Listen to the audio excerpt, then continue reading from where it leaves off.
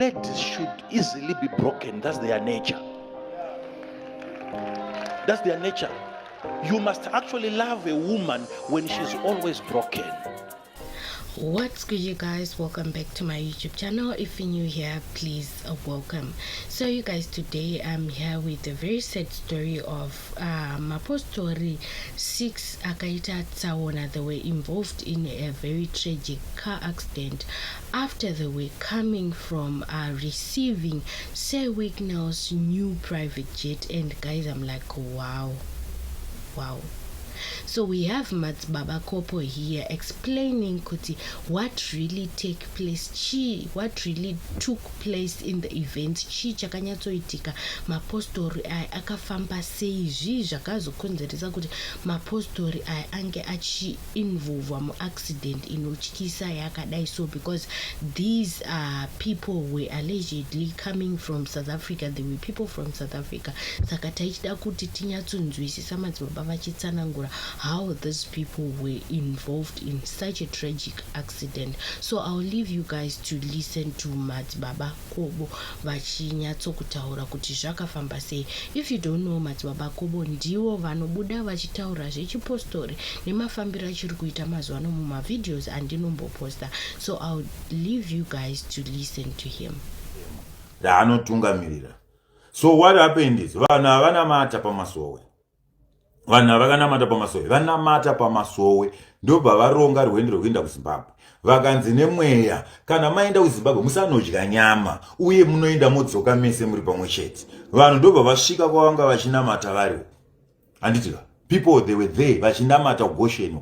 Vakatosumudzwa naiye big muprofita akavasumudza achiti kuindoni chikosi, how are you ikoko tinomutenda shoko, how are you Maureen mese Maureen mandipaka, thank you very much. Kalata kutaura tonge tabatwa nezwi rakakura kwazvo. So what happened is these guys vaenda uko vasvika big akabatwa nemweya akati babani mazita avo mese maona imba yemavhesi. Those people vakatoimba mavhesi vachiimbiswa nabig, vaimbiswa mavhesi vakatonzi namata ndobva bhazi raakudzoka.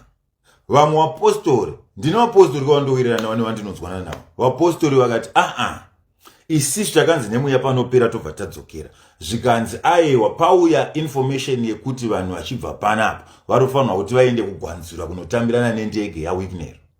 Wapabata manje. Zvikanzi vanofanirwa kuenda vanoti sei tafima ndizha, how are you ndakakuunblock ndakakublock yalaki. Ndobva vaita sei ndobva vabva vakaenda kupi Gwanzura. Vasvika kugwanzura avo vakati isisu hatizi kuzogara. Batai point. Isu hatizi kuzomirira zvematongerwo enyika. Mweya wakatirambidza. Mweya wakati tisadya nyama kana taenda uko. Ava varume vanakura mabhodho acho vachitoita zvekutodya nyama dzacho vachiita mudememde vachitowedzera because these guys vakanga vaudzwa nabhiyu kuti kana maenda uko muri kunonyoresa mazita enyu nenhau dzemotikari. So these people vakabva vaenda kugwanzura ndobva vanonana naMoze kugwanzura. Ndiri kuudza information sezvairi, hapana pandiri kutapudza, hapana pandiri kutuka munhu, hapana pandiri kutaura zvakashata, hapana pandiri kumbotuka. Tererai munzwisise. These people ndobva vaenda uko vasvika kwanga kuchiuya ndege yaWignell. Ndio zvinhu zvakaita kuti vasarire vasaenda uko. Vanhu vakanga vanzi ndege ichave vanhu vachazara kuairport. Patakazozviramba tikati kwete kunde airport akumbiende vapostori ndobva vanhu vanozara kugwanzura. Those guys were there. Ndio vanhu vaitopakura vachidya nyama. Mazvinzwa the information yatinayo isisu ndio vaita kudya nyama. Vamwe vanhu Sandra oyo Sandra ngando mese ndiri kumorosai moro ndakatsamwa izvozvi. Pameso pewai haidi marara ichida kufa. Ndinonzwa kurwadziwa zvakanyanya nekuti wai haidi marara ichida kufa. What happened ndezvekuti vakomana vaenda pagwanzura vakanosvika ipapo. Vamwe vavo vakati vakomana madii taenda, ndobva vasara vakanzi sarai. Mapanzikisa ndobva vasara vakanzi imimi kana masara panapa tine rumwe rwendo rwavainzi vachaenda here hamene kunana Marimba Kupe uko vainzi vachazoenda museri mazvo. Rwanga rwarwendo rwavo rwemabhidhiri rekutsvaga mari nekutsvaga support. Mapanzikisa then nezuro vanhu vachibva vabva kuZimbabwe vapedza tumatare twavo twemabhidhiri twavaita nevakomana ndobva vasimuka, ndobva vaita sei, ndobva vapinda murodi, vachipinda muSouth Africa ndobva vanokudubuka. Vanhu avaita accident there are 6. Let me tell you something. I know you guys don't want go information yesitete anayo. Vanhu vaita accident i6. 3 vari pacritical havazokwanisa kana kusimudza musoro kana kunwa mvura kana kuita sei, but vadare vepabheti vari kuti hanzi musaudza vanhu nenhau yekuti chii, mukaudza vanhu vanogona kuitirwa mutoro wokuti vafe or something. Aiwa, vakatomedzwa nehwai. Udzai vanhu titonamata tivarangarire. Mary Muriro, how are you Yokai Krian mese kana ndokudai mese, I love you everyone ndokudai mazizvi. So now iripo ndikuti timu iri timu ndo rakauraisa vanhu, because de pasina timu iri vanhu vangadai vasina kufa. Problem ndeyekuti mabhidhiri azara pese panoungana vanhu kuGoshen uku vanhu vari kufa. Kana mamusingazvizivi, let me tell you the truth, pese pari kuungana vanhu kuGoshen vanhu vari kudzoka vachiita maaccident vachifa. Iro songano racho hombe reJoburg iro Bechli panzwa nekufiwa tumadhara topa Bechli twakaromba murombero wemhando yekupedzesera iro tumadhara topa Bechli vadare pabhechli tokuzivai makaromba. Information yatinayo taudzwa kuti makaromba, vaprofita varipo makaromba. Izvozvi pane sangano rikuda kuvhurwa riri kuda kuputsika from occasion tichingopedza rufu irworwuru. After less than 3 weeks pane rimwe sangano ratobanzuka ratobva vanhu vakutoti akutonozvitangirawo yedu Jerusalema tega. Endai munoita ndamunoita imi munomirire itai Jerusalema. Kana mukada itai Jerusalema kwaKobo itaure kuti Kobo Jerusalema zvinongofamba futi. Hatisi kuita zvekutamba izvi. Timu rangu mabhidhiri maanyanya maakuraisa vanhu vasina mhosva. Pedzezvo nemi murongotevera muchingoti tumbi muchiteera isi tichikuudzai kuti siyanai nezvekutevera vanhu vasina mweya. Munofa gore rino mukapera. Inzwa isu ana Kobo laizati gore rino munopera imi. Ibai mapabata pandataura gore rino munopera. Takanamata kuna Mwari zvikanzi naMwari vataurire chokwadi ugovaudza kuti mukatadza kuyanana nechokwadi muri kupera, muri kufa. Munourayiwa newai? Ini ndini chete ndichaurayiwa nevanhu. Imi hamuzi kuzourayiwa nevanhu imi. Muchaurayiwa nechitsividzo. Ini ndichaurayiwa nevanhu. Nekuti ndovaziva vanhu vakatoronga kuti munhu ngati but inzwai, ini ndichafa kuseri kwekunge ndakuudzai kuti vakomana mafa matungwa nehwai. Saka ndakuti ndikutaurire muri kurasa chitsividzo muchirasa vanhu.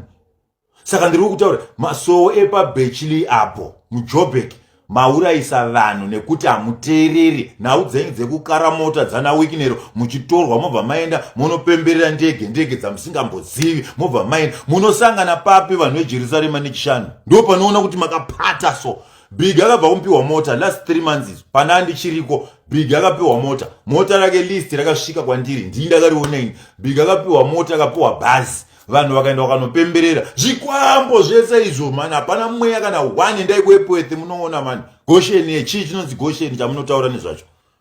Goshen kwakazomboita mweya upi muGoshen?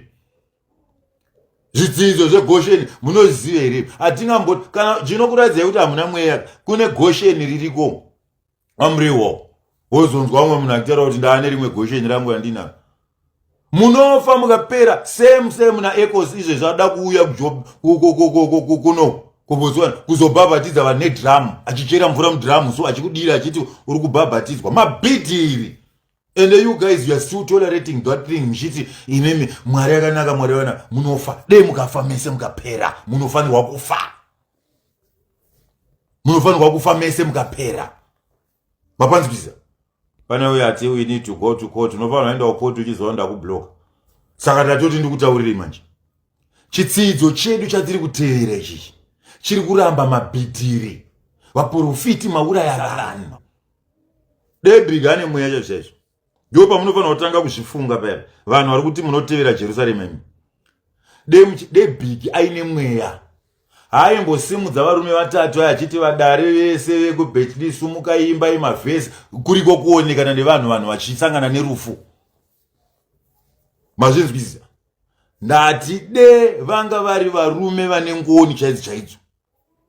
avaizomboita kuti hey sumuka baba ningirimba ivhesi vanhu vaivobva vaimba vhesi vashedze vanhu vese kubhechiri vataurire kuti dari apa ndanzwa mumawhatsapp group menyu manga makutaura nezvangu mukatumira mavhidhiyo angu mumawhatsapp group ndiri kupisa kujerusarema vaudze kuti koba uya pano the cobolizer the cobo machine ndiri pano hapana zvamunondiita makaromba mese makaromba muri makaromba imi muri kuuraisa vanhu vasina mhosva nekuda kwezvirombwa zvenyu de vanhu ivavoka inzwai munzwe zvatiri kutaura de pasina ndege yasewikinero vanhu vakadai vasina kufa because vanhu havakanzi izvoni endai munomiririra munogara uko munotambira ndege saka sewikinero anofanirwa kuti abate rufu irwo sewikinero rufu urwu vanhu vakamirira instead ndiwo kanga uchiitira kuti vanhu vatadze kuenda kudzimba dzavo zvimadhara zvachembera nenhamo mujoni zvakuenda kuzimbabwe uko zvakunoda kunotsvaga mota varume kana mabva same neuya wokurandano wokumbogara kurandano akauya kezvinezvi zvakangodhipotwa haana kana bhurugwa haana kana pendi kana chi akumhanya kunobatana nevakomana vakunosvika achiti zvone ndauya pamberi nemusangano wopiwo wakadhipotwa usina kana sendi uko wotoda kutoimba zina basa wakamboparidza dare kudhara ukarira ike zvinazvo zina chii wangova nhamo wakarohwa nevakomana vemabhidhiri pamberi pako pakazara mabhidhiri pano left right center mabhidhiri chete saka vanhu vanofanirwa kuti vataura hatizofaniri kuti kana tichitaura nawi tikutyeiso nekuti kutaura zvinorwadza izwi redu rakatiti zvinofadza ngirozi kana munhu akafa nguva yake yakakwana izwi redu rakatiti zvinofadza ngirozi kana munhu nguva yake yekufa ikasvika akatsamira zvakaprofitwa nevaprofiti kuti munhu ari kuenda kudenga munhu washedzwa nemazuva nguva yake yekunamata yasvika zvinofadza ngirozi vakomana kuti zvese nzendo dzenyu dzamunofamba dzike dzakaprofitwa but imimi nekuda kweunini nekuda kwekuda zvinhu mahara munoda zvakaworera sehonye munofa muchiraswa izvozvi madhara akachembera mumwe mudhara anotori nokuma more than 60 something 70 years unondiudza kuti pawakashanda wakatadza kutenga here kutenga mota chauri kuda kunopiwa nawikinero kuti akupe wozopedzisira iwo wakuuraya waakufa uchisira vanhu nhamo wachembera nekuda kwezvinhu zvemahara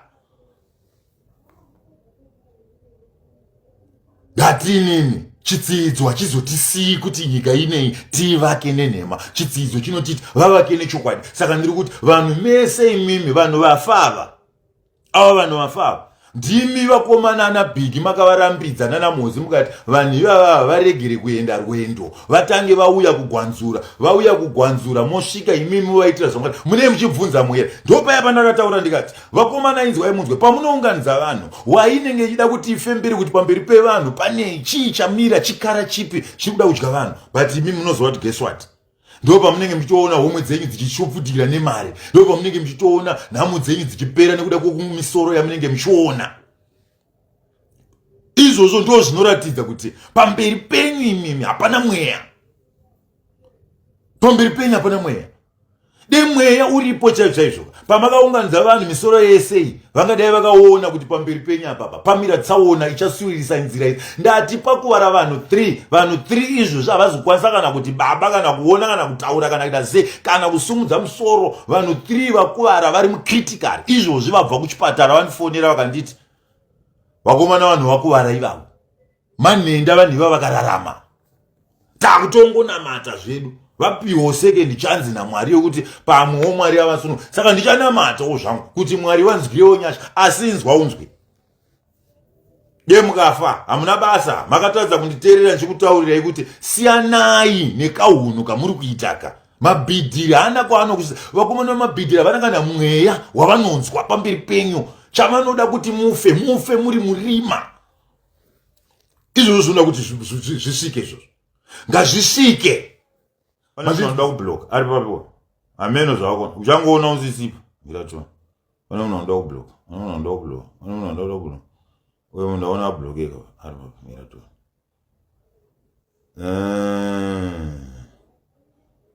ane munhu anoda kubloka It's sad how religious sectors are being controlled by money, are being controlled by power and the love of money also. Zvinorwadza kana kuti zvinopisa tsitsi, because mari ndo yakuita sekuti yakutonga nekukontrola zvinamato mukati mevanhu. And at the end of the day tinoti isusu kuchechi hakufanira kunge vanhu vachikontroliwa nemari, but ndo yaane simba mukati mevanhu zvekuti these guys would have just board a bus and went back to South Africa, but because a word came in and the word was coming from someone who's very influential, someone who has the money, they had to change their ways. Vakaenda kunotambira ndege ndokuzotsangana netsaona yavakasangana nayo. Ini I believe kuti kana uri muchitendero chauri unofanira kungoteerera kana kuremekedza the one in the spiritual person waunotera. Zvakafanana even vanhu vanoita zvechivanhu, vanhu vanoita chipostori, vana madzibaba nana madzimai, vanhu vanoita nezvechi, kana urimo muchitendero chachona iwewe uchitenda machiri, ita zviri kutaurwa ipapo, because ukange wakusaita zviri kutaurwa ipapo ndopa wakupesana ne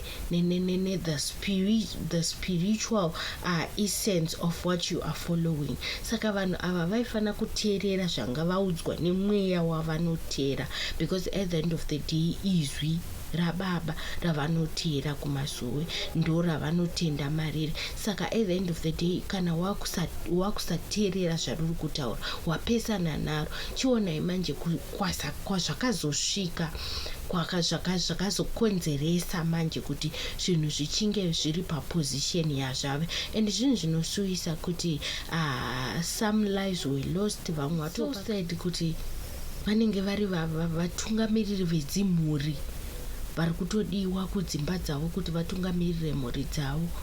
Now you are dead, maybe wabva ikoko, hauna mota yawapiwa, hauna chii chawapiwa, wangopiwa maybe kudya ikoko kwandoko wafambira kwawaimbira, but now mhuri yako yakusara iri in a critical position. Guys, zvinosuvisa, masituations akadai anosuvisa kana kuti anorwadza.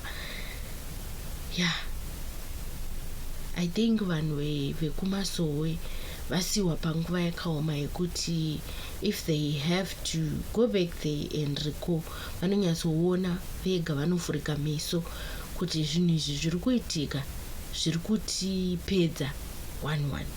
Thank you so much guys for watching. Make sure you like, comment and subscribe to my YouTube channel. Bye.